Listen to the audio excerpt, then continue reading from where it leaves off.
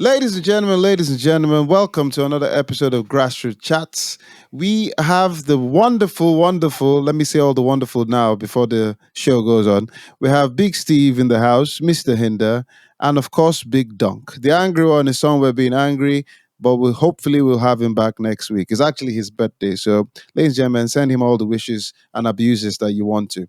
So please, as we go on, if you see what you like, hear what you like, please subscribe, hit that notification button, follow us on all social media at grassrootchats.com. And of course, all our content can be found on grassrootchats.com. So this week, what we're doing is we're talking about Jesse Lingard's move to Nottingham Forest, and we're actually talking about what the newly promoted clubs can do to stay in the Premier League. We should look at Zinchenko signing for Arsenal and his actual best position, since the boys were arguing about it last week. And then we should look at the opening fixtures for the Premier League in weeks or days to come. So I'm going to start with, my usual suspect, the man I like to start with most of the time. Looks like he's sitting in the dark corner, hiding from the press. I'm going to start from Big Dunk. Dunk, Jesse Lingard, everybody expected him to go back to West Ham, but he has signed for Nottingham Forest for a year. Rumor has it that he has signed for £200,000 a week. Now, the question here is this a good move for Nottingham Forest? Money, da-da. Yep. Yeah, Lingard's going there for the big payout cashola. And I see it was only a 1-year contract as well.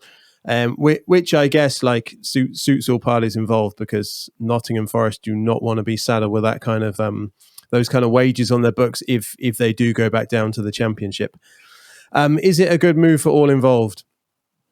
You'd have to question Lingard as to why he didn't join someone like West Ham, who was still interested in him, and he had a successful loan there before. But I guess we know why he didn't join West Ham, because Nottingham Forest stumped up probably a lot more cash than they were willing to fork out for his salary. So for his point of view, yeah, he's staying in the Premier League, but he's not really where you'd expect him to be. You'd expect him to be in that pack of clubs chasing the top four, someone like West Ham. So yeah, I mean, he's going to get hopefully regular football, and we'll see what he can do for the year. So like we said, it's a year contract, so maybe he's looking at that, right, they're going to pay me loads of money. I get to show what I can do for a year, and then maybe he's looking to move on after that. For Nottingham Forest, like I said, they definitely don't want to be saddled with those kind of wages. And again, like we spoke about this thing last week about free transfers. You can afford to pay a bit more wages if there's no transfer involved. You just balance in the cost over the course of the weeks of the season, rather than just stumping up a couple of million up front. So, there's nothing particularly wrong with it, but, from the outside, he's obviously going to get a little bit of criticism of people saying he's a bit mercenary and going where the money is. So in terms of balance, Big Steve, and from what Big Dunk has said, it's a 1-year contract. He's probably looking, okay, let me play 1 year. Nottingham Forest is looking at it as free agent. We can, put out some more money. But going for top four and literally fighting to stay in the league, is this a win-win for Lingard? Because if it goes wrong, then he has to start looking for a new club. Or does he believe that his pedigree is so wonderful that he can actually get any club if anything goes wrong for Nottingham Forest after a year? Big Steve. It's a win-win for him, and I don't think the main motivation for him is actually the money. Yes, it plays a big part of it, but I think him going to Nottingham Forest, he knows he plays week in, week out, and that's his best avenue to get back in the England setup for the World Cup. Are you saying this is a move that he saw as playing regular football and I could get back into the England setup? Yeah, and a year still works out fine for him. 200 grand a week, yeah, it's a nice earner, because if he went at West Ham, he wasn't guaranteed to start at West Ham. At Forest, he's guaranteed. You sure? No, I don't think he was. I don't think he's guaranteed to start at West Ham. Not every game. At Forest, he's going to be a case of which games he chooses not to play in, to be honest. And he is the big man, and he is the main. He will go there as the main guy. So I think him playing at Forest puts him in a much better position to be in control of him playing for England in the World Cup than at West Ham. It's a bit hit and miss. But you say that though. The World Cup will start not long after the new season has started. So it's not like you would have played a lot of games for Nottingham Forest for you to go, okay, I'm going to get my place back for the World Cup. So And West Ham, when he was there, he obviously started almost every single game, and he was phenomenal in West Ham. So why would you assume that right now he wouldn't start for West Ham if he went back? Antonio's I just getting don't think you are. older. I think he's got a better chance. I think he's got a better chance being he will play at Nottingham Forest. It's as simple as that. He will play, and him going there, anything good that they do will probably come through him. All right. Mr. Hinder, give us a different perspective. So these boys all feel one way or the other. It's not too bad a deal for Nottingham Forest. Signing a player on the free, you can bring up more money. He will start at Nottingham Forest compared to if he would have gone to West Ham. Is there a different? Is there something here we're not seeing, Mr. Hinder? Is there something that Jesse Lingard decided to do that was better for his career? What do you think? Well, I know his boyhood club was Nottingham Forest, and he grew up watching the great. No, he didn't. He's not a Forest supporter, as far as I'm aware. I got to pick up on a couple of points. One, he only played 16 games on loan at West Ham, so that is pretty much saying that he isn't a regular starter for that particular team. I'm not sure how many injuries he had. 16 games out of 16 how many? games from September to 16 from September to June, so at least 30, right? At least. Was it a full season? Is this counting? How many that was the Was it beginning? a full Is this season? counting? Yeah, I cup just games? looked online to have a look. It was it's 38 games in the Prem, right? So it's at least 30 games in that season, and he's only played half of them. Yeah, but he went in I don't know whether January. he was really unfit. No, it was said September. I just looked online. Okay. So unless I've read that wrong, or you've got the wrong information, someone has. Correct us if we're wrong. One of us is. 200 grand a week. He's obviously gone for the love of the club, not for the massive amount of money that he's been offered there. West Ham said they didn't want to bid him more, quite rightly so. This is the offer. You know that you fit in with us. We know that we want you. We've said that we wanted you for a long period of time. You look at it on the other side. He's got a year's contract. If it doesn't work out, it's not the end of the world for Forest. So say they signed him on say it was 3 million signing on fee, right? And then he's on 200 grand a week. That's only 13.5 million for that season. Only, yeah? Including wages for him. Yeah, but what you get for 10 million if you buy a player? What do you get for 13 million? Who are you buying for that amount of money? And then you've got to give him wages on top, which is going to be, all right, might only be an extra 5 million or whatever, but then you were looking at 18, 20 million for that, or 25 million. So for them, one season, it either works well and he says, oh, you know what, I want to stay, and it goes really well, or he does an Ericsson and goes to a big club at the end of the season, right? And he uses Notts Forest to get into the World Cup. I don't think that that's necessarily a bad move if he's getting games every week and he's back in the shop window for Southgate. Southgate's got to pick players that are in form, and if he's not picking players that aren't playing well from August to the 1st of December or whenever he's got on that pick his squad, then there's literally no point of any Premier League player playing well. Do you actually think that he would have enough time to prove that he could be in the England squad from the start of the season to December when the World Cup squad is announced? Do you think he can play that well with Nottingham Forest? Yeah, so you've got there'll be 10 players that are already in that team regardless if they're playing well or not. Right, there's going to be there's no doubt about he's going to have a core of his players that are in there that he's going to have. Maguire. But then there will be a lot of players. Yeah, he might have a storming start to the season. We can only hope and pray that Maguire has the best season he's ever had until the World Cup's finished, and then he can do what he wants. No one cares after that World Cup is ended. I don't care what happens to Maguire, but it's got to be up until that point. If he is the best player in the world, and I'm singing his praises week in and week out, just so he gets that confidence, and we win the World Cup, I'm happy with that. But Lingard's got to put himself in the shop window. He's got to give himself a chance, right? Because it's probably his last World Cup, realistically. Was he 29, 30? He's 29. He's not been at the level of, I don't want to say Ronaldo, but it's obviously nowhere near Ronaldo, but he's not a level of that fitness and of that regularity that you think, actually, if he doesn't do this World Cup, he might do another one. This literally will be his last World Cup. No one's going to take an old Jesse Lingard to a World Cup on the basis of his season, unless he turns into this absolute worldie at Notts Forest that no one's ever realised. So this is his one and only opportunity to hit big time, and hopefully it goes well for him.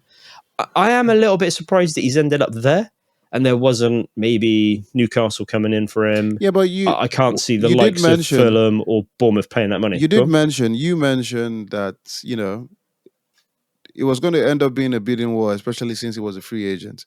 So he's 29 years old. And West Ham said, as you have mentioned, should be in his prime, we're right? going to bidding war where we have offered him what we've offered him. if somebody else wants to offer higher. But I like what you said about the fact of this. This is definitely his last chance to be in a World Cup. He's 29 years old. So I'll ask you this, Dunk. He's 29 years old. If he has a good season, do you think so? Come the start of next season, he'll be 30. Even if he does have a good season, is it going to be a case of he's just going to resign for Nottingham Forest, or he's going to have a good enough season to resign for a bigger club? I guess that depends on how much money Nottingham Forest are willing to pay him after the first season.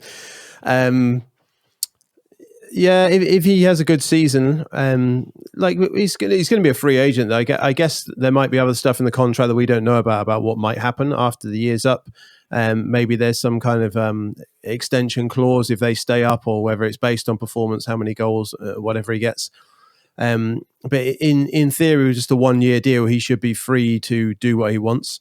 Again, so if he has a good season, then it kind of be like the Eriksen situation. Like everyone would have benefited if Forest stayed up, so he would be perfectly entitled if he had better offers to go to a club higher up in the league. I don't think he'll be offered that kind of money though, even on a free by other clubs. So again, we'll see what happens at the end of the season. But that we haven't talked too much about Forest, but their transfer strategy is one that hasn't worked a lot in the past, where they're signing a lot of players. I think they're up to 11 now, is it? And that's the kind of strategy that teams like Fulham and Watford have gone for before, and it's rarely worked out. Like I can't think of a situation where a club has signed that many players and it has worked out for them in recent times. I like that you brought that up, because one of the things we're going to talk about is what do these newly promoted clubs have to do to stay in the Premier League? So we've seen situations where in the past Sheffield United came up, had a very good first season, finished in the top half of the table, but the consistency just died. Now you mentioned that these clubs are signing loads of players, which, from my books or what I'm seeing, is that they want to have a big enough squad. Somebody gets injured, they have somebody that can replace him. Big Steve, what do you see as the solution for these up and coming clubs? Should they sign multiple players? Should they sign key experienced players? So, for example, Nottingham Forest has taken a big gamble on Jesse Lingard. Most people will be like, oh, okay, he's good, but is he savior good? Is he the kind of guy that will come in and make sure they stay up? What approach would you advise newly promoted clubs to take? I would advise them to get experienced Premiership players who are regularly playing for clubs in the Premier League. But why would they want to go to a smaller club if they're regularly playing for They other probably clubs? just got relegated. They've probably just gone down, or they were in a relegation battle. For example, players from Burnley.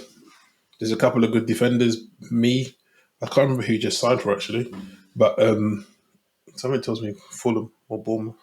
But anyway, Brentford it was. Brentford. Yeah, but you want key individuals who can influence and share their Premier League experience with the side that comes up, but you don't want to disrupt the side that comes up if they're playing really well. You just want to complement it. They and could be get playing through well, the but not first well season. enough for the Premier League, though. Well, you don't know until you're there. But if you go and then all of a sudden go and sign 11, 12 players and bring them into the side, you're already telling the ones that are there that brought you up that they're not good enough. So it's, to me, you need to sprinkle it with some experience, see how you're getting on. If it's not working out in the January window, then you can say, yeah, invest heavily in players, but not in the summer window. You just need to get the balance right. And So- then after the first season, because you could be a surprise, like what Sheffield United was. Their approach, Brentford, was a surprise, playing two up top last season. It was a surprise. So after the first season, that's when you need to really strengthen to make sure that, because your surprise element's gone, the Premier League will be used to you. So let me ask you this, Mr. Hinder. Based on what Steve is saying, in terms of, get experienced Premier League players, so with maybe clubs that have gone down. So Fulham, for example, one of the newly promoted clubs, they have, what's your striker's name? The Serbian boy. Mitrovic. Mitrovic goes to the Championship. He's killing it. He's smashing it. When he was in the Premier League, I remember Scott Parker not playing him off and on. Maybe he wasn't suiting the style. So when you have a player like that that's scoring over 40 goals in the Champions League, and Big Steve is saying, okay, if you bring in a lot of players, you're telling the players that you're not good enough. What do you do in that situation? Do you take a gamble on Mitrovic? No, you ignore people like Steve.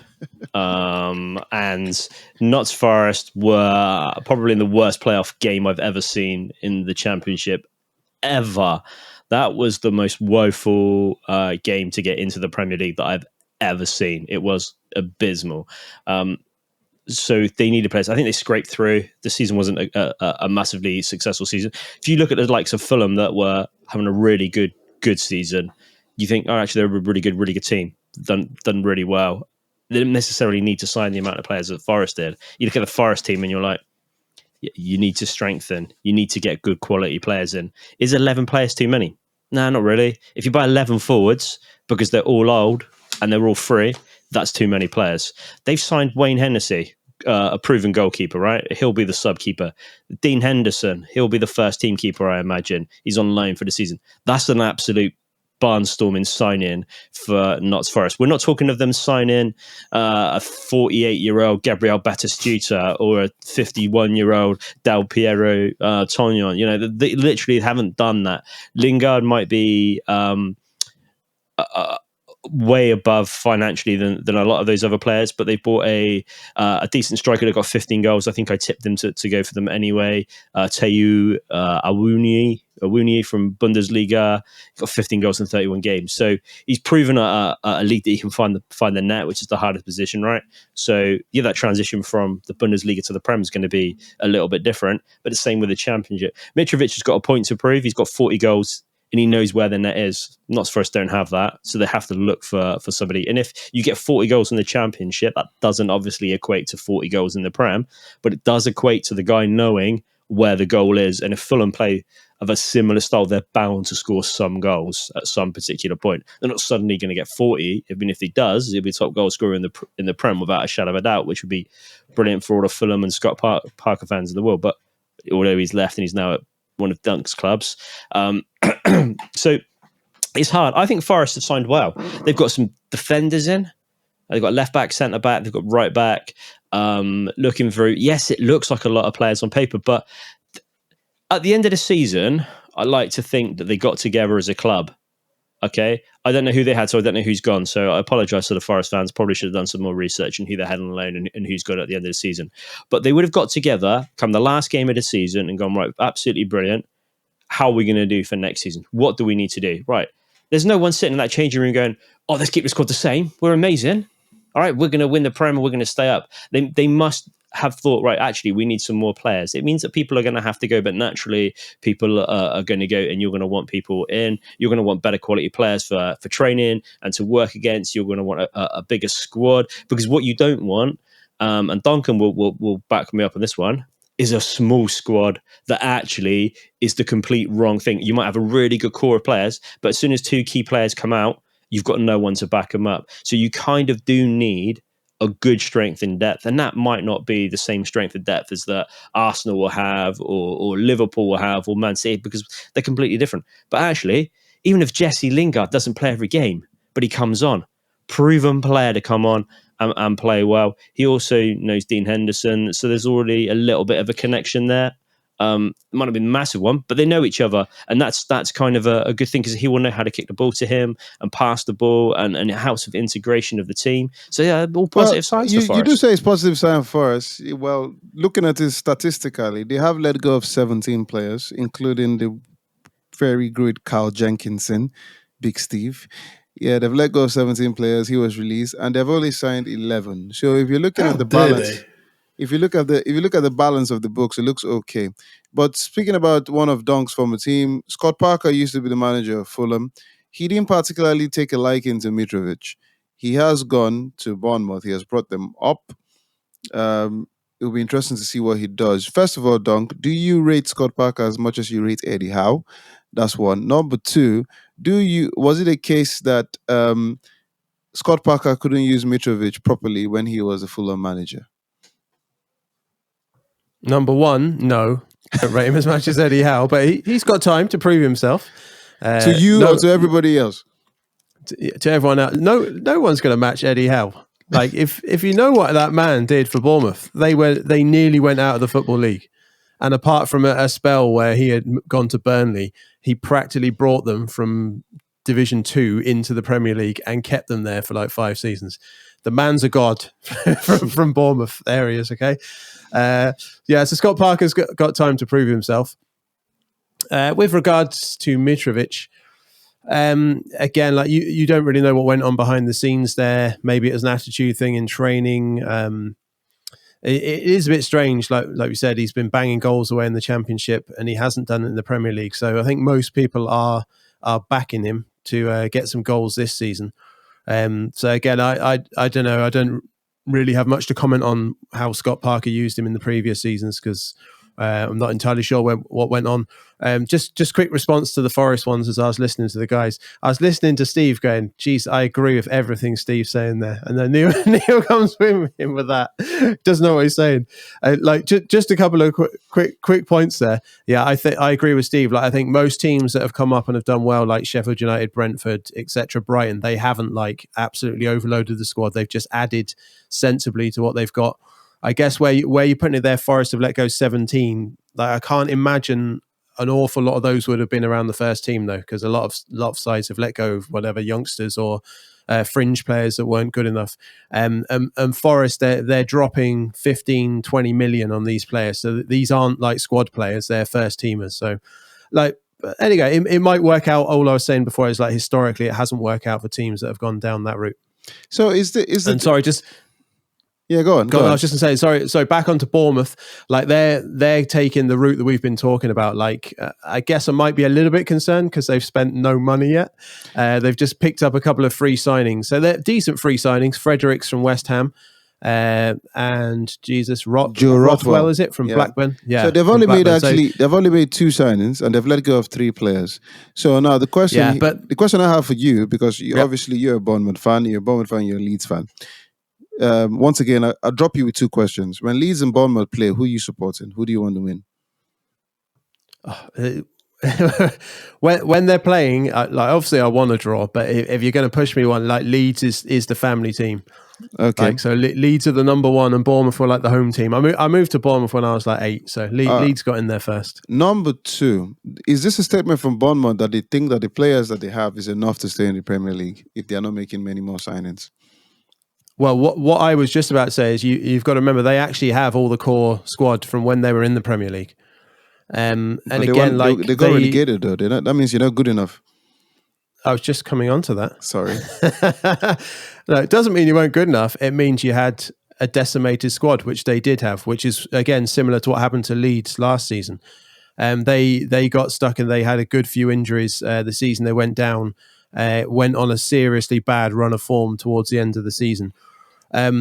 So they actually have the same core squad. They've got Solanke, who else? I'm trying to think. Travers was there in goal, even though Ramsdale has moved on.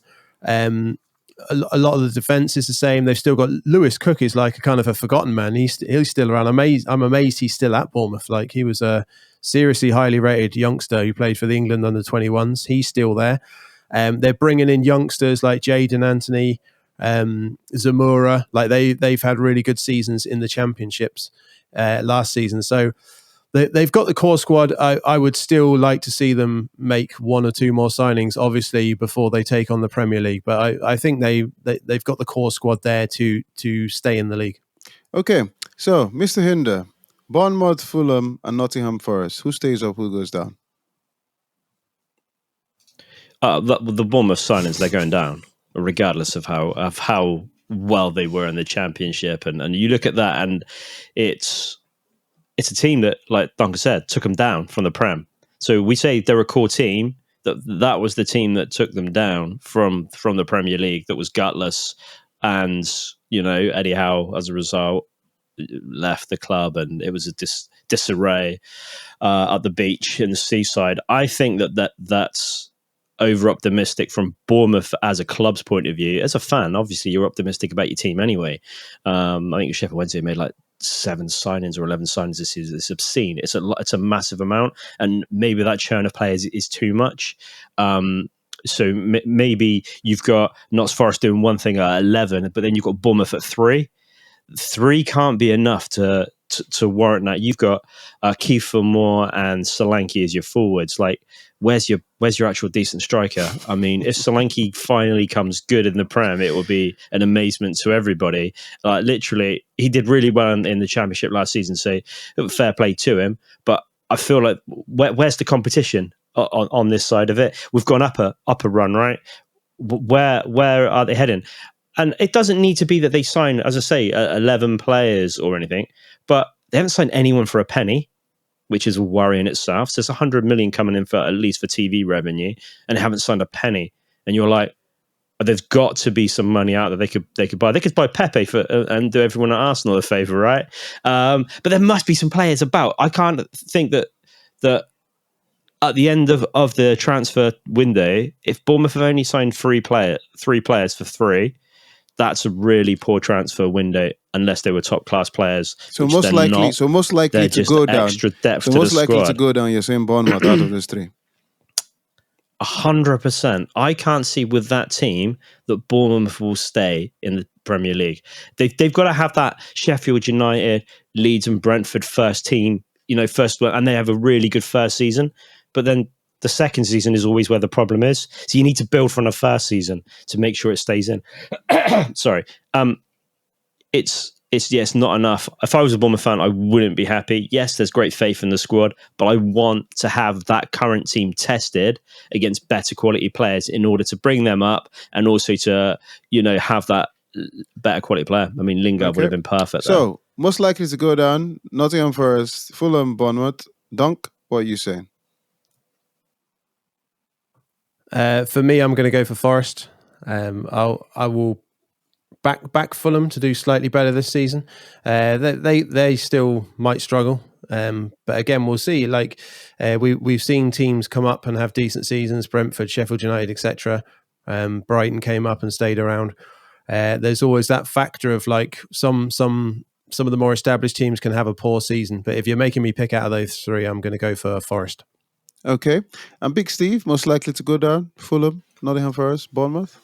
I'll go Forest because I think Forest they've moved early and signed a lot of players. I think mainly Bournemouth, will benefit from the clear out that has to happen at the bigger clubs and pick up some players that will still want to play in the Premiership and can get short-term deals just to play at Bournemouth to not play, to make sure they got football, basically. So when people like Arsenal, Tottenham, Everton, well, I was going to say Everton, now I'll take that back, Chelsea, clear out players from their squad, there's going to be players that, they're going to be looking around, and then Bournemouth should hopefully jump in and then sign some players then. I'm in the question mood, boys. I'm in the question mood. So there is a player that all of you, particularly the angry one, has tagged as any guy. Now, I want you guys to tell me which club that you think our good friend, any guy Danny Ings, will actually make a good signing for. Will he go to Bournemouth, being a former Southampton man? I don't know, but you guys, a lot of people don't think Solanke and all that can make it. Mitrovic, we know he can make it in the Championship. Nottingham Forest, Jesse Lingard, don't particularly know who the main striker is. I mean, we know, but can they hack it in the Premier League? So, Mr. Hinder, Danny Ings, out of these three clubs we're talking about, where will you place him? I mean, out of all of them, he's going to do fantastic at any of them. I mean, all right, he's not a top Alan Shearer type striker and banging in that as many goals, but at the bottom end of the league, I mean, any club would be a luxury for any club. Danny Ings. I think Forest have just signed a striker, but why not? There's no reason why you spend 15 million on a striker and still get Danny Ings in on side of it. Bournemouth, he'd be well suited for Bournemouth as well.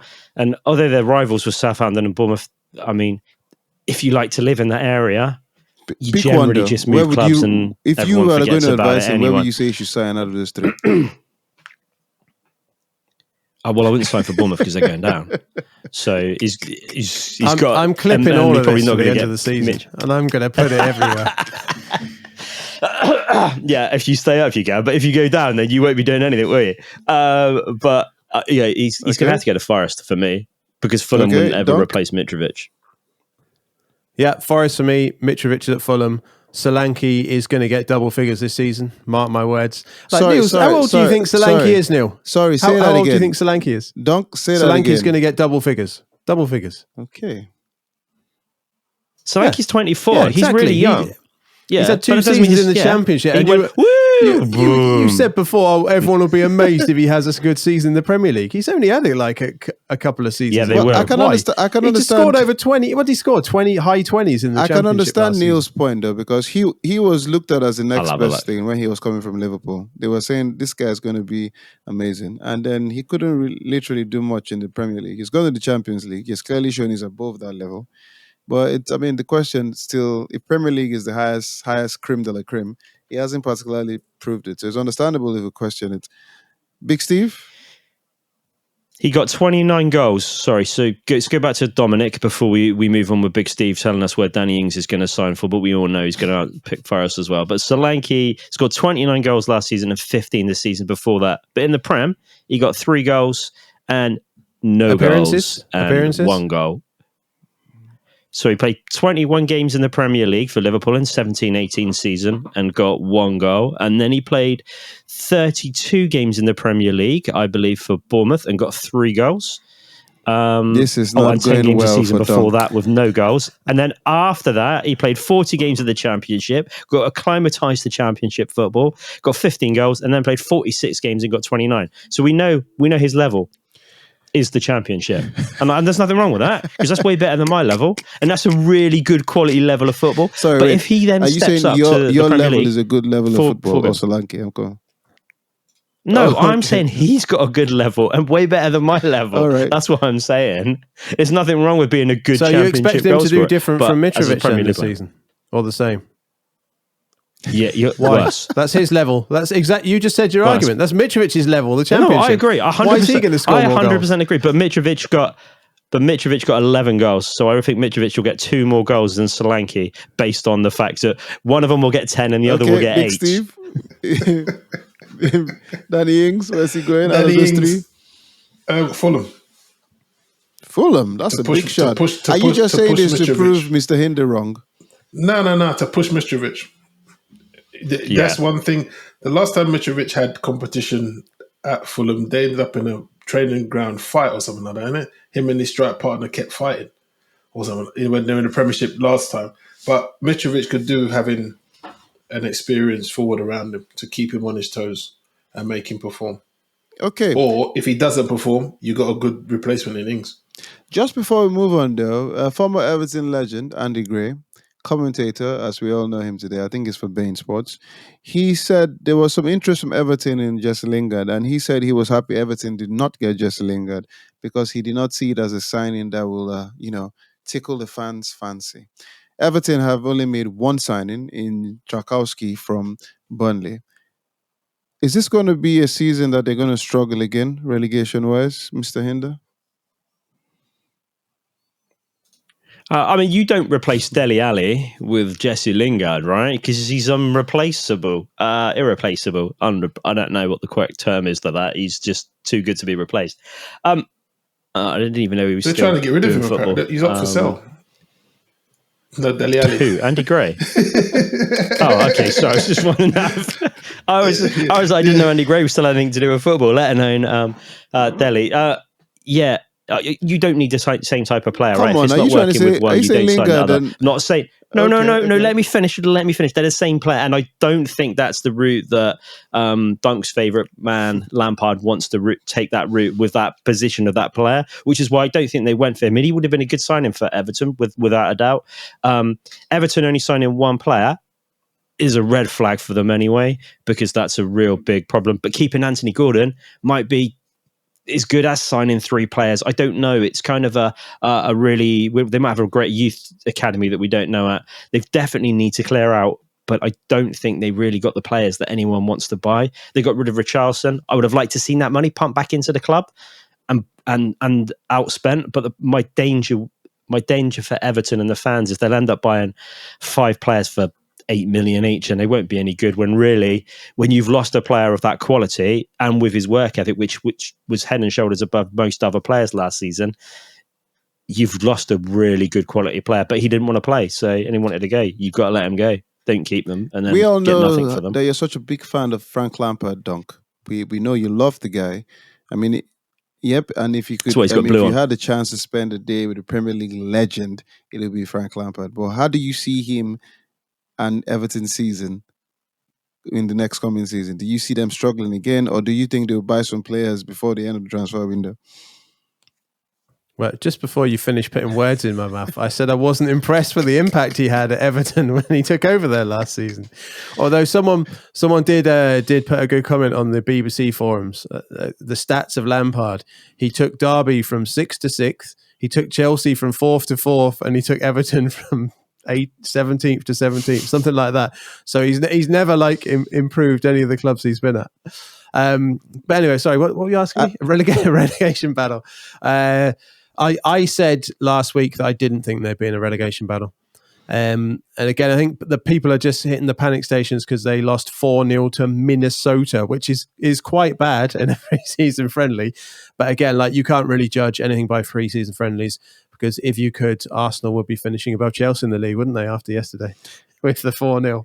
Although I'm quite liking the look of Arsenal in pre-season. So. Yes. So I don't think they'll be in the relegation battle. If you ask me where Everton are going to be this season, I'm plumbing for 10th to 12th, somewhere in that mid pack of the table. Okay, mid pack in the table, and if that happens, will Lampard finally impress you? Is that an impressive feat to take Everton to 10th I mean, to 12th in the table? looking at the players that look, But with no transfers, yeah, looking at that's the players, incredible. that's very incredible. Big Steve, what are you saying for Everton? Do you think it's going to be a rocky season? It's going to be very rocky. They need to sign some players. They need to improve. They've lost their talisman, Richarlison. Who's taken up that mantle at the club? Seamus Coleman is the captain, but he's past his best years. So to me, Past his best years? Yeah. Come on. Yeah. Seamus Coleman. Yes, Yeah. he is. Since he had his injury and broke his leg. He's about 34, isn't he? Is he that old? Yeah. Yeah, I thought he was older than me. He's past his best years, but Yeah, he's they need proper to old. get some fresh blood in the club. I don't know how they're going to do it. Maybe they're going to do a lot of loans from other clubs and stuff. But yeah, it is worrying that no transfer activity. Everton actually has a lot of money. They just can't spend it because of some financial fair play rules. So they must be frustrated. But as Big Dong mentioned, in terms of preseason and looking at the clubs and how they're doing, Arsenal is doing really well in Orlando. Beating Chelsea 4-0, and the fans are very happy. The States fans are so happy, looking at Arsenal and having so much hope for the new season. Jesus looks like he's ready to go for the new Premier League season. But Zinchenko has signed, Arsenal have got him in. There was the conversation about his position, actually, him being a midfielder, not a left back, and all that story. So let's clear it up again, ladies and gentlemen. And I'm going to start with Speak Steve. You said you were happy for Zinchenko to sign for Arsenal because he could play multiple positions. Where do you think he should play for Arsenal? Because as far as I know, Tierney is always getting injured. That would mean Zinchenko is going to come in as, the number one left back or left full back for Arsenal. Do you think he's going to play anywhere else? It's in the midfield. In place of Xhaka. There are 4 positions for the okay. In place of Xhaka? In place of Xhaka is where I think he could be used. Because the way he uses the ball is a lot quicker. If you look at Arsenal, sometimes when the ball gets to Xhaka, it slows the whole thing down. It's too laboured. He's slow in his thoughts. Even from last season? Yeah, even last season. There's some. I'm not saying he doesn't play well, but in terms of the way what I believe Arteta wants to play, the ball needs to transition very quickly through the midfield. Xhaka's not going to pick up and drive with it, and he doesn't release it. Too many touches on the ball. So Zinchenko, being a left footer, can move the ball. The passes are quicker. It keeps the energy forward. It keeps the energy flowing to your attacking line, which is quick. By the time you move it, you can't have the other team setting in. So what you're saying now is that you're going to have in your middle, you're going to have Partey and Zinchenko. I can see him using that in some games. So not in every game. Odegaard, Partey, and Zinchenko. Okay. Yeah, in some games, yeah. Mr. Hinder, you clarified the fact that Zinchenko could play anywhere, and he was pretty much a makeshift left back for Man City. Do you agree with what Big Steve is saying? Does he replace Xhaka, or do you just see him, being like a utility guy for Arsenal? I mean, he's not going to replace Xhaka, regardless. He's not brought in for that. He's brought in for two reasons. Tierney can't keep fit enough, so he's going to play left back when Tierney's fit, and then he's going to play centre mid when someone else is injured. He is a utility player in the nicest possible way, but a very good one. We're not talking of a rubbish one that's just filling in. I think the beauty with playing under Pep, and he was at Man City when Arteta was there as well. He understands what they're looking to do and how it's good. He's got an absolutely fantastic engine.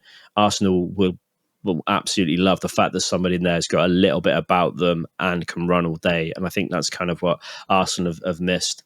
And I want to say it's easy to play left back, but it's definitely a lot easier to play left back than centre mid. So if you're a good centre midfielder and then you can pull out left mid with an engine like he's got, then that's not a problem at all. He's stepping in, and he's a very good left back. Let's not forget that he's a very good left back and he's a good centre midfielder. So that's 32 million. It's a snip of a sign in.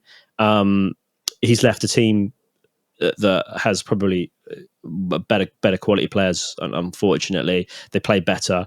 But he knows the style that Arteta wants to play, so he'll fit that beautifully. That will help, along with Jesus, that he's obviously used to working and playing with. So you've got those two that are really going to help each other out from that side of things and know exactly where each player should be. Be interesting if they both play on the left quite a bit today. I saw that Martinelli was in the centre of the park. Martinelli was centre of the park, I believe. So he was against Thingy. He was put in centre of the park by the looks of it, with Saka out on left and Jesus out on right. So I think the good thing that you've got with those three now, and the one thing that they've missed, is the fact that you've got players that can play in different positions across it. So you don't have to stagnate and have them, as long as you're playing and they know where they're playing at that particular time on a pitch. Probably Saka's I probably wouldn't have him in the centre of the park, but Saka can play left and right in the nicest possible way, and then Martinelli can play centre or left, and then you've got Jesus that can play just anywhere across that front three and knows exactly what to do. So that's really dangerous and threatening as it is, because that's going to keep a lot of the teams on the back foot, and they're not sure who they're going to be out against. And there's some pace there as well, which is a really good and scary thing from other teams that are going to have to face against. Okay, so they Arsenal have this pace, season. they have youth. Big Steve sees Zinchenko replacing Xhaka. You think he's going to play left back. You also think they can interchange their forwards for Arsenal. Big Dunk, you're also FIFA and Football Manager legend. You like your stats.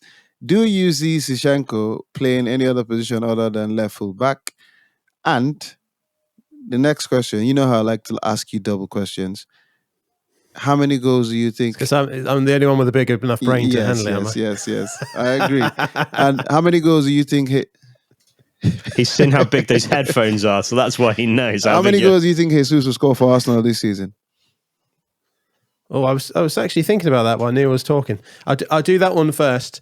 I can see Jesus being around 20. Because Arsenal always create chances and they didn't always finish them in the last couple of seasons. And I think Jesus is pretty quality, and I can see him getting around 20. 20 Premier League goals. Yeah, which is a lot. I'll say like 18 to 20 is what I'm going to go for Jesus. Okay. I think he can get that many playing in that Arsenal team. With Zinchenko, I think he will just play where he's required. So like we said, Tierney gets injuries, but if Tierney's fit and playing, he'll play him in the midfield. And to clarify the position, and it's normally the angry one that's arguing this one, because he's only looking at certain stats. So Zinchenko was an attacking left midfielder before he joined Man City, and he plays that position for Ukraine as well. And Pep retrained him to be a left back. And so like Neil said, he has got a lot of Premiership experience now playing as a left back, and he does that very well. So I think Arteta will just use him where is required. Like, he's a utility player, but he's not like one of those like second-rate ones that you just get in to cover a position. I think he's going to be a utility player where he might be one of the first names on the sheet, and then he might work around that. So yeah, he can play in any of those positions. So he can play the DM, he can play the left back, left wing back, and he can play anywhere on the left midfield, attacking left mid as well. So I think Arteta will utilise him in definitely in more than a couple of positions this season. Always difficult to judge from pre-season though, but Jesus is looking good. He's looking like he's ready to go. Big Steve, do you echo what Dunk has said? Jesus over 20 Premier League goals this season. I think you'll be. What was my? Hang on. He didn't what was say my, over. what He did I said tell you? 18 to 20. He said 18 to 20. And now he's changed it to over 20. Jesus. I reckon he will be around that number because. Okay, 18 to 20. Sorry. Arsenal create a lot of chances, and he's a good finisher. So he will convert a high number of those chances. It's just that Arsenal's problem in the past has been the striker that they've had up front hasn't converted. But will he get chances? Yes. Will he convert them? I believe he will. Mr. Hinder, do you echo what Big Dunk has said? 18 to 20 goals for Jesus? It's a really hard one because on paper that Arsenal team doesn't seem to be too bad. But I do. Zinchenko behind Saka will be helpful because Saka can't pass here across. We go. So that is going to mean that you've actually got... No, let me finish because this is the important part about Jesus getting goals, right? He's not going to take the ball 90 yards every game and do wonders, but they've got somebody that can actually cross the ball in, which is they haven't had. And the end product is Martinelli. I don't know whether he's good or bad because one game he's amazing, the next game he's absolutely wasted and booked in like 2 seconds and off the pitch. So he's not reliable enough, if that makes sense. And then you've got ESR and we've got Ødegaard. Who do you play? What's happening to ESR? I would like to have seen him get more games, mainly because he's English, and I want that type of player to be playing games because I think he excites football. Which is a little bit of a shame that he's not. So, yeah, will he get 18 to 20 goals in the Prem? No, he won't. Mainly because I don't think Arsenal are creative enough to give him the goals. And that's not to say that he doesn't deserve them. I think he'll come short of that. I think he'll get maybe 15 goals. Don't forget, we've got Nketiah who's just signed a £100,000 a week contract at Arsenal to keep him at that club. So we're talking like he's not going to be playing at all. So maybe that will put then Jesus, well, I don't know how to pronounce it. So I'm sorry there if you're listening. Someone correct me. But if I think he might end up going out right, and then you'll end up having Nketiah in the centre of the park as well, which mean he'll get less goals just by proxy from that point. Will he be the best signing Arsenal have made in about 5 years? 100%. He will be. He's already a proven Premier League player. He gets 1 goal every, I think it's like 2.4 games. So the quality's there, the pedigree's there. I think the rest of the Arsenal team needs to start upping. And this fantastic pre-season that they've had, well, we've all thought we're going to pull at a nightclub, right? So let's just say that it's looked promising until the end of the night, right? And now I'm absolutely legless and drunk, and it's been carnage. So, yeah, I think 15 goals. I think he'll be short of 20. Big Dunk was probably the only just positive to question guy. that point. Okay. Just to question that point. This Aubameyang's last season, full season at Arsenal, he finished joint top goal scorer in the league, and we are more creative now than we was then. And Aubameyang was playing left wing. So, what's your question? Why do you say Arsenal's not going to create that many chances for Jesus? If we're creatively better now than then, and Aubameyang got but I also think Aubameyang then is better than Jesus. Yeah, I think he was better. I think Aubameyang in his best, he's a better and when he's striker. at his best, is better than. Is way better, and he's scoring goals and he's poaching goals. He's not scoring 30-yard free kicks and running the ball, but he's behind the last man, and that's what my concern is with Jesus, that they'll end up sticking him out wide and putting Nketiah in the middle, and Nketiah fluffing all his lines and not getting the goals that he needs to get. But actually, he's trying to. Arteta's now made a situation by keeping Nketiah. Which I think is probably the worst situation. If he just let him go and you sign Jesus, no Arsenal fans question him.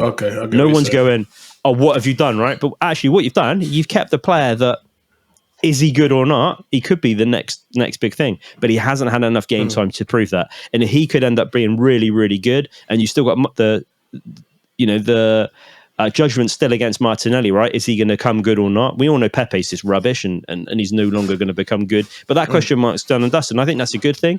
And now they can move on to the next two players and figure out what's going on. But that's my only concern. And I think the Nketiah could be a hindrance to that situation of Jesus getting as many goals as he could be getting. Okay, and that's so why. Big Dunk was probably the only positive person about 2 weeks ago when we were talking about Arsenal and the signings.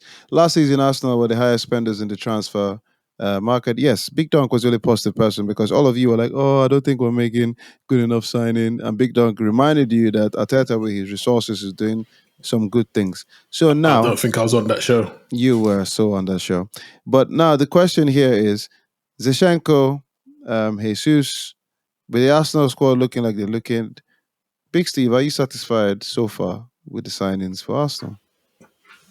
Yeah, because Zinchenko and Jesus was the two I called out at the beginning of at the transfer window that I wanted them to sign that could make a difference.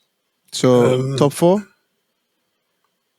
Last week I actually said that I think we'll come fifth due to Tottenham.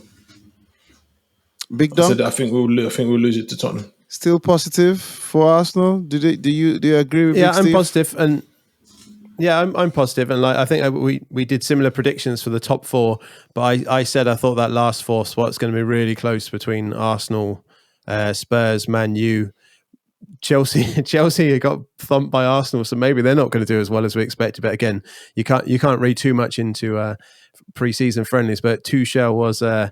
He was straight on it after that game, saying, giving out about his players and saying that he needs signing. So there might be a closer battle, which is what we all said we wanted last week. Mr. Hinder, Arsenal's transfer, satisfied? You think they need more?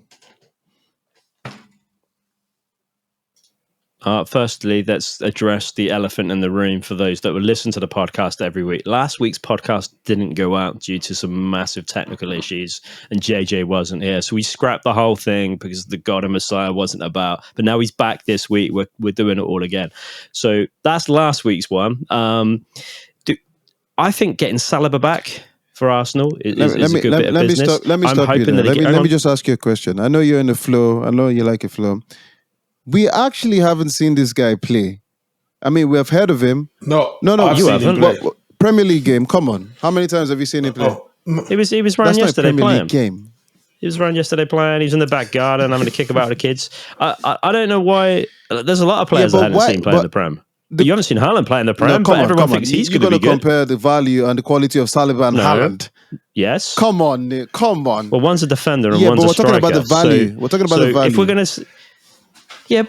Well, the value was he was out on loan and got young player of the season in France, you right? have killed so many times on this show. He has shown all the attributes, right, for him to be a success. Come on, Steve. Any of us on this show can show attributes. Even Mr. Hinder talks about him being a world-class goalkeeper. Come on. What are we talking about here? He's got composure, and I think the way he started pre-season has actually given Arteta another issue about what he's going to do at the back, because he's got Ben White and Gabriel, which is working pretty well, and Saliba looks like he's coming to really stake a claim. So it's another issue. But Saliba, there's nothing to say that the guy shouldn't be given a chance at some point in the season and play some games, because he's shown very good attributes, composure, and he seems to have a very good understanding with Gabriel. And he played against Chelsea, so he's obviously in Arteta's plans. So he's played a fake Premier League match, okay, and it was 4-0. So we know it's not real, but he's played against Premier League players. If you're, we've got the French league isn't as good as the Prem, not a problem at all. We all get that, right? That's just not as good, and that's just it. You're a defender, your mistakes are still highly big, right? You know that if you're a defender and make a mistake, it's going to be a goal. Not as bad as a goalkeeper, but the mistakes are going to be made. And if you look at the Chelsea game, I think Mendy made a massive mistake in goal in order to set up Arsenal to score their second or third. And again, I don't believe that he should be the first choice keeper at Chelsea either. But Arsenal have got Saliba back. They've signed a decent left-back centre midfielder, and they signed a striker and an American goalkeeper, which means Leno's going to go out. If they get rid of Leno, I believe one more player will make this a really, really good transfer window for them. I'd still like them to sign a decent quality midfielder. That's actually that they're looking for first team. I think that needs to be signed. And whether that's, I think we just spoke, Terrere might be back, and I don't know whether he's going to be looking to stake a claim for football or he's going to go. But in my opinion, Xhaka and Elneny aren't good enough to be challenging for top 4. I think the rest of the team is there or thereabouts, but those 2 players, not saying they're not good Prem players, they are, but they're not good enough for top 4. And I think that's letting the bulk of the team down. Ramsdale, I don't know if he'll have a good season and how his influence will be this season. It'll be interesting to see. But point in case, they made 2 quality signings, one more, and that makes a really good transfer window. I think they probably should have been looking at for a centre midfielder, but apparently they're rumored for Tielemans, but we'll see. We shall see if Tielemans. Yeah, he's better than Xhaka. I know he's not kind of like the heights, but Leicester fell off the boil anyway as a whole team, right? Which is kind of hard. At Leicester, though, this seems to be very, very. They haven't made no signings. No signings, and last season we were actually hailing how wonderful their scouts have been and the kind of players they brought in. But this season they don't seem to have anything going on so far. I don't know if we're a week and a bit away from the start of the season, right? So.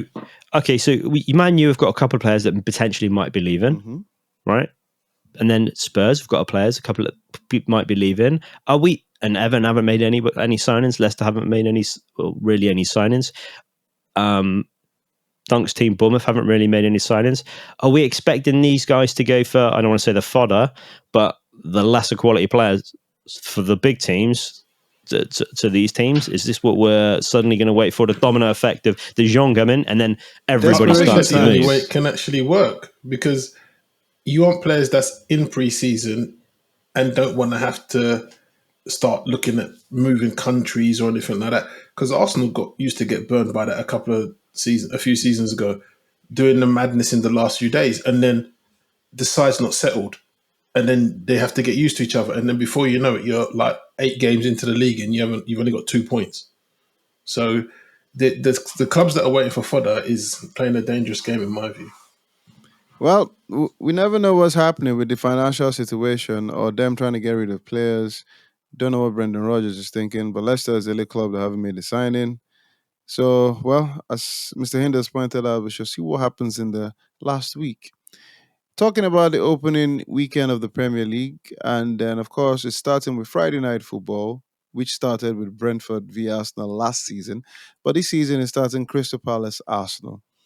And then, of course, on Saturday, we have Fulham Liverpool, Bournemouth Aston Villa, Leeds Wolves, Newcastle Nottingham Forest, Spurs Southampton, Everton Chelsea. And then on Sunday, we have Leicester Brentford, Man United Brighton, West Ham Man City. So I'm going to pick out a few games just to see how you think it will be in terms of starting the Premier League. So Friday Night Football, Crystal Palace, Arsenal.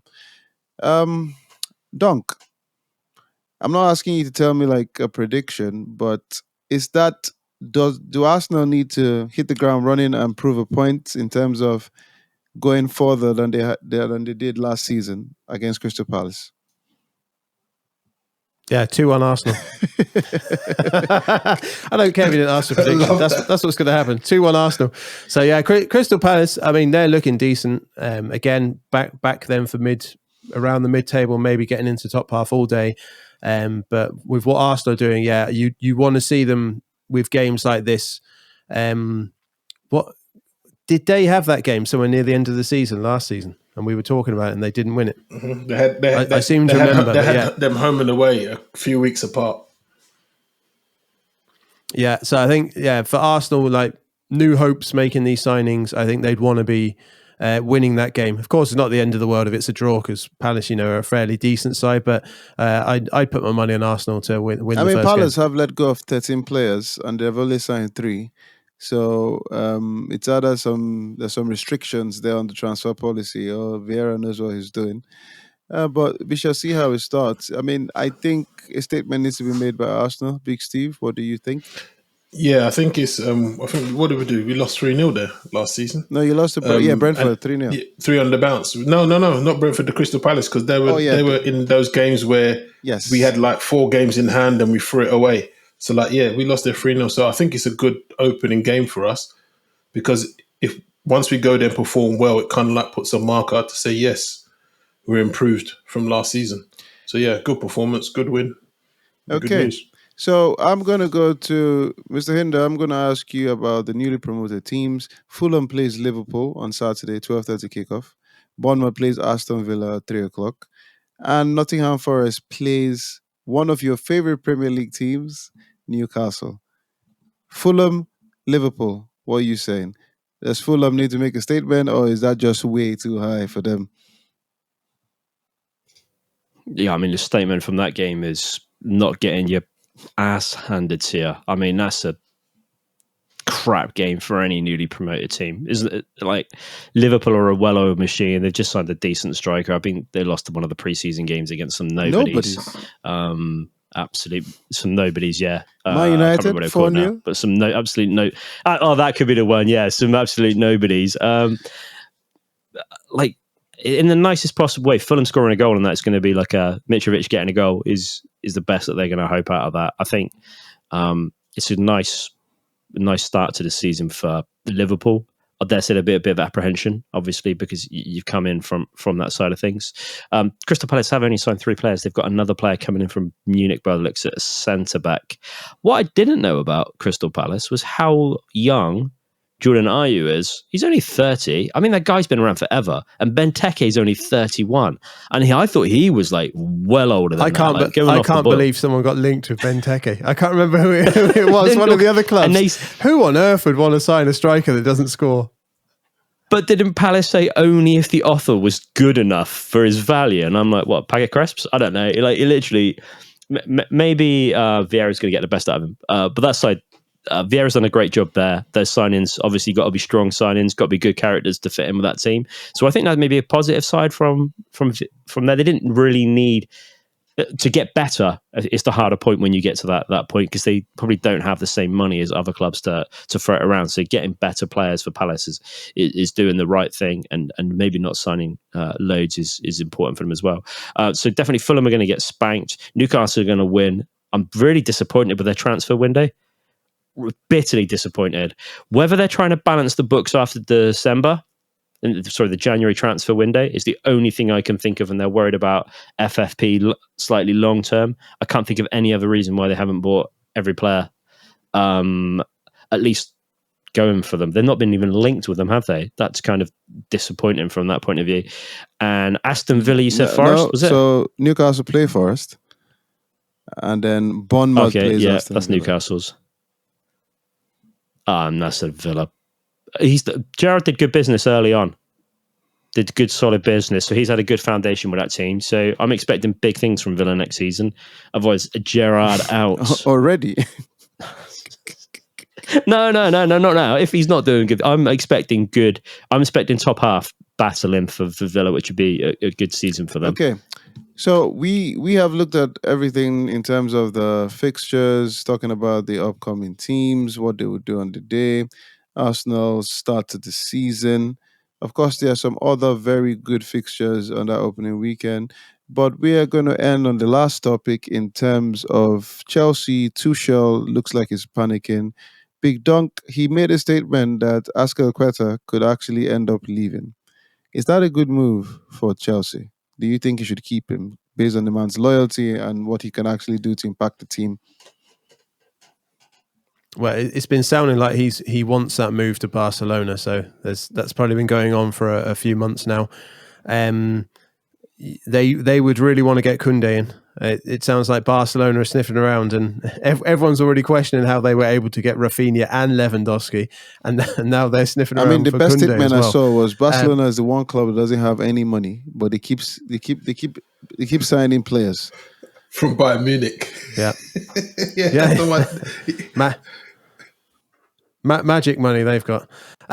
So yeah, I think Aspilicueta's been angling for that move. He's kind of seeing probably Chelsea on the decline a bit, and he wants to get that Barcelona move while he's still got a few years left in him. Obviously they've got Koulibaly, which is good, but yeah, they need another defender. So if he's saying that, you're hoping that they're going to get the Koundé deal over the line. Well, you have. I thought the Aspilicueta stuff was Barca have come in for him. He's looked like he wants to go, but Tuchel's like, you're a Chelsea player. You're staying for the season. We can't afford to lose you. They're not getting the other centre back that they wanted to get, and they can't afford to lose anyone else at all. But Tuchel has moaned for the past 18 months at Chelsea, and it's becoming boring listening to him drone on and moan. He signed Lukaku, then let him go, with evidently another option for a further year on loan for 7 million. I mean, Pepe was a terrible bit of business, right? But this is worse business than Pepe. You don't. I think this makes some of those signings that Man U have made, David Bellion, Taibbi, like worldy signings at the moment. I just don't understand Tuchel at all, and I think he is going to be fundamentally a big problem at Chelsea this season. A big problem. That is a concern for Chelsea because Tuchel, I know he's regarded as a top manager in world football, but the way he's moaned at Chelsea, as Neil says, the last 18 months has been sometimes laughable, especially when, as you said, he sanctioned the Lukaku deal and he came out and said that's the missing piece. And then for them to turn around and do it just shows that obviously it's either he doesn't have influence or control regarding their transfer activity, because Aspilicueta, Christensen, Rudiger, it was known that they could potentially lose all three of them from the end of last season. But they were sanctioned. Yes, they're going to buy. They got bought. But then again, there's still no clear path as to what they're doing. They're changing the people that was in the club. What's the name of the lady who used to do all the signings? She's gone. It's just Chelsea do seem in a mess. And when you look at it, I know a lot of us backed them to finish third, but if they don't get the house in order soon, they're going to be outside the top four. And I think for me, the Tuchel thing, I know that Mourinho moaned a lot at United, and I think he had the right to at that particular point. I need these signings, you're not backing me. But Tuchel's been backed quite well. And he's getting players. He's just brought Sterling in, right? Which is fine. And I think they did need some firepower because Werner hasn't been scoring goals. Havertz really hasn't been setting the world on fire. You've let Lukaku go again. Didn't really have that. Didn't land very well. So Sterling was a no-brainer. But with the centre backs going, and you know the situation, I find that really obscure that they haven't been addressing those problems and they're waiting for other things. And his moaning is incessant. It's terrible. I've got one other thing that I'd like people's opinions on. I know we wanted to end on your thing, but we haven't talked about Kane to Munich yet. Is it that we haven't talked about that because that is like, not properly. I'll tell you. So I was thinking about it, and that's like a massive rumor, though. That's like there's no bid. Like Berbatov to United. Like no, that wasn't a rumor. That was a done deal even before Levy knew. Even before Levy knew, it was a done deal. But I mean, now that you've brought it up, let's talk about it. Kane to Bayern Munich. It's not going to happen. Come on, let's. I'll start with you. I'll start with you, Big Steve. You are hoping it happens. I'd love it to happen. Yeah, and it would actually make sense as to why they spent 60 million on Richarlison. To be honest, if they let it go through. Kane, I think the only thing that stops Harry Kane. No, it doesn't even do that because he's going to go to the World Cup for England. Even if he moved to Munich, he will still go to the World Cup for England. So it's whether he really genuinely believes that Conte is going to bring them the league or the Champions League. If he thinks they're going to win that, then he will stay at Tottenham. But at the end of the day, is he going to turn down Bayern Munich just to stay at Tottenham and win an FA Cup? That would be two summers on the trot. He's turned down massive clubs where he could win a league and Champions League. And to me, if they do come in for him and he turns it down, that's the end of it. He won't get a big move again. The best thing you've said there is that if they do come to him, big dunk. Bayern haven't made any offers. They haven't made any bid. This rumor has come out from, I don't know where it has come from. Bayern Munich. The Arsenal boys like Big Steve are hoping it does happen so Kane doesn't spank them in the North London derby. Do you actually see this? Do you see it as obviously everything is possible when it comes to him moving? But Kane to Bayern, what do you think, Big Dog? Yeah, the rumor came.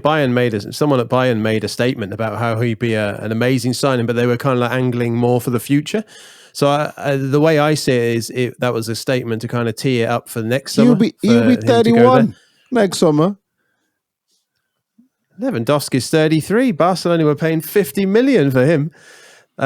So I said before a few weeks ago, like Kane's in that perpetual situation of always being promised something at Spurs, and like he always gets the goals, but they're never really getting there. Like they were close with the Champions League, but you know this time it's look, Conte was great at the end of last season. If we can do that again, we might win the league or something. So he's got that this season.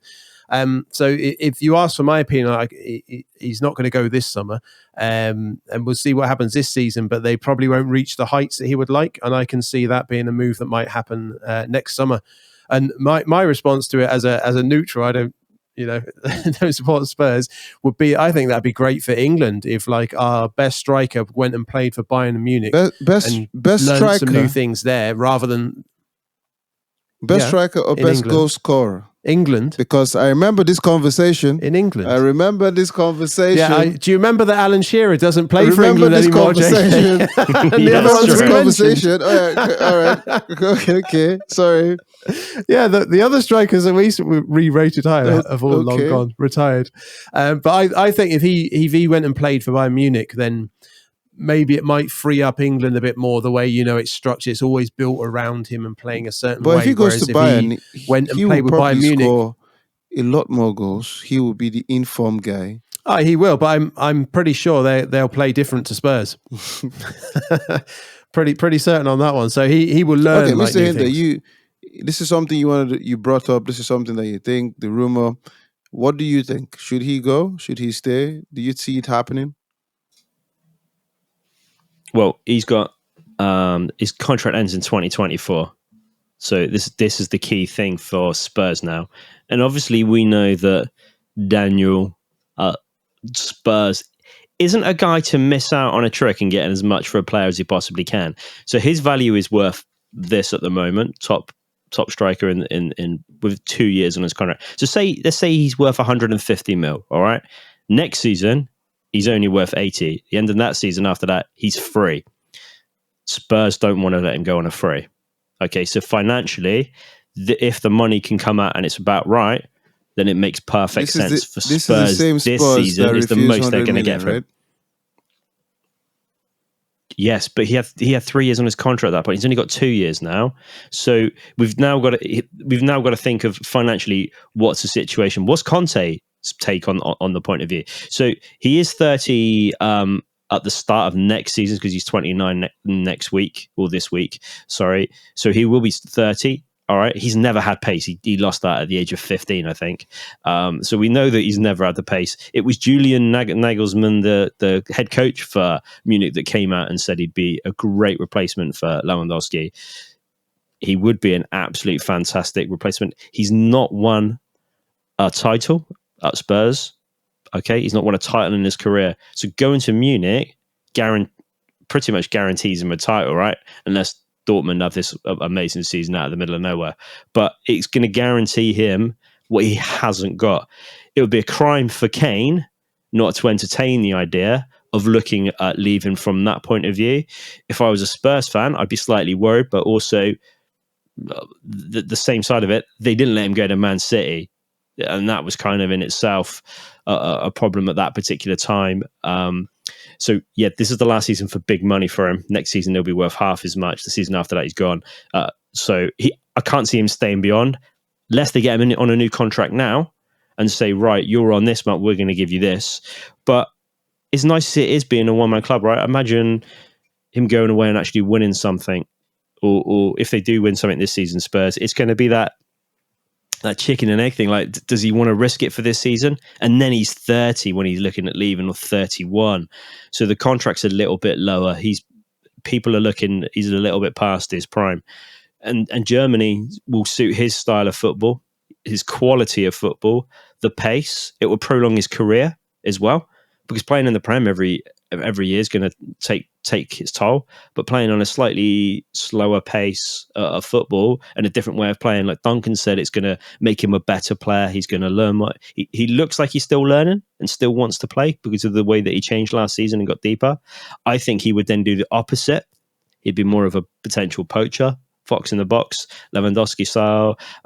They like that in German football. And that's nothing wrong with it. I think it's a great way to play football. I miss the old days of Shearer and his hand in the air, scoring those type of goals. So you're advising one of my favourite Kane players to go ever. to Bayern? Unless Spurs come back and this season and offer him a fat contract, right? Then I would be looking at that move, and I think Daniel Levy would be looking at is this actually on the table? Could we possibly get over 100 million for him? Because after that, he's cannon Because the fodder. other thing as well is that Tottenham doing very well is all linked to Conte. There's no guarantee that Conte will sit out the whole season at Spurs. Conte's not a manager to be there for, say, the next 5 or 6 years. Yeah.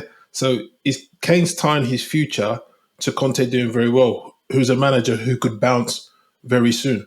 So it depends on. It's up to him. That's taken up my Arsenal hat off for his career.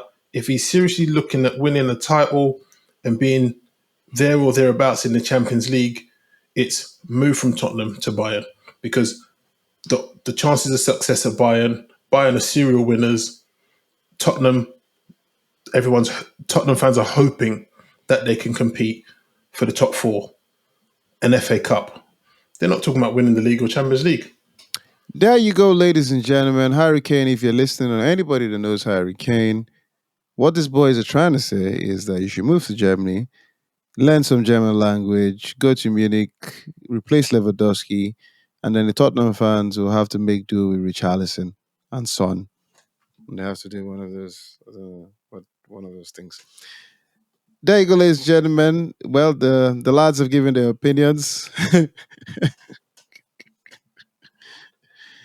I don't know what you did. Just in case you're listening on audio only. That's what Son JJ's does. playing with his hands, trying to make a fake camera. I'm really struggling. Isn't that what Son does? Doesn't Son do that one? I don't The know. photo frame. Yeah. Yeah. What are you doing? You're doing like a triangly diamond. I don't know. I'm used to doing the heart upside down from Gareth Bale. Actually, we didn't talk about him. Man. He's talking about he's going on loan. There's nothing to talk about that guy, man. We'll talk about him when something actually happens. When he's not on family duty. He's on family duty. Ladies and gentlemen. We'll talk about when he's in Madrid for Atletico. That's when we'll talk about it.